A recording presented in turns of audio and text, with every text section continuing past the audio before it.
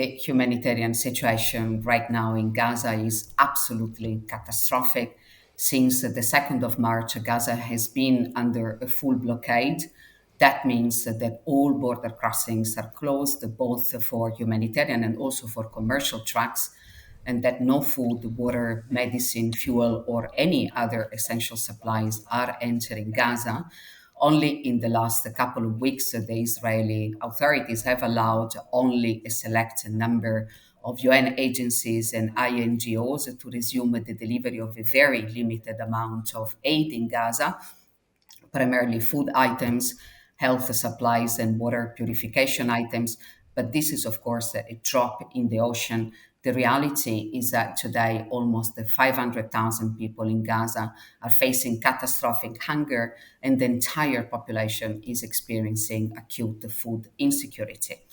The Israeli authorities, as you might have heard from the news, have contracted the so called Gaza Humanitarian Foundation, which is a new Yeah. entity registered in the US and in Switzerland, primarily managed by former US military personnel, to handle the provision of humanitarian aid to the population, which consists exclusively of a very limited amount of food items.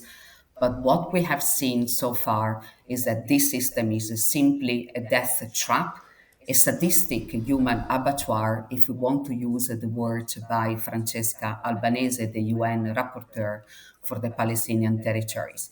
It is simply a very humiliating system which is forcing exhausted civilians to risk their lives and walk for miles and miles to receive only a trickle of aid under extremely unsafe conditions and in complete disregard with the humanitarian principles of humanity, impartiality, independence, and neutrality.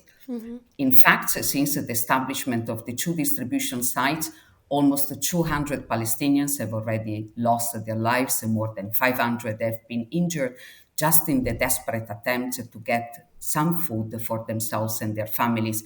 And the UN Secretary General Antonio Guterres has warned against what we call the weaponization of humanitarian aid, has also called for an immediate and independent investigations into this event and for the perpetrators to be held accountable. So the dire reality nowadays is that families in Gaza are starving while tons and tons of food is lying at the border, just sitting at the border, and the Israeli authorities are simply blocking the entry of essential humanitarian aid.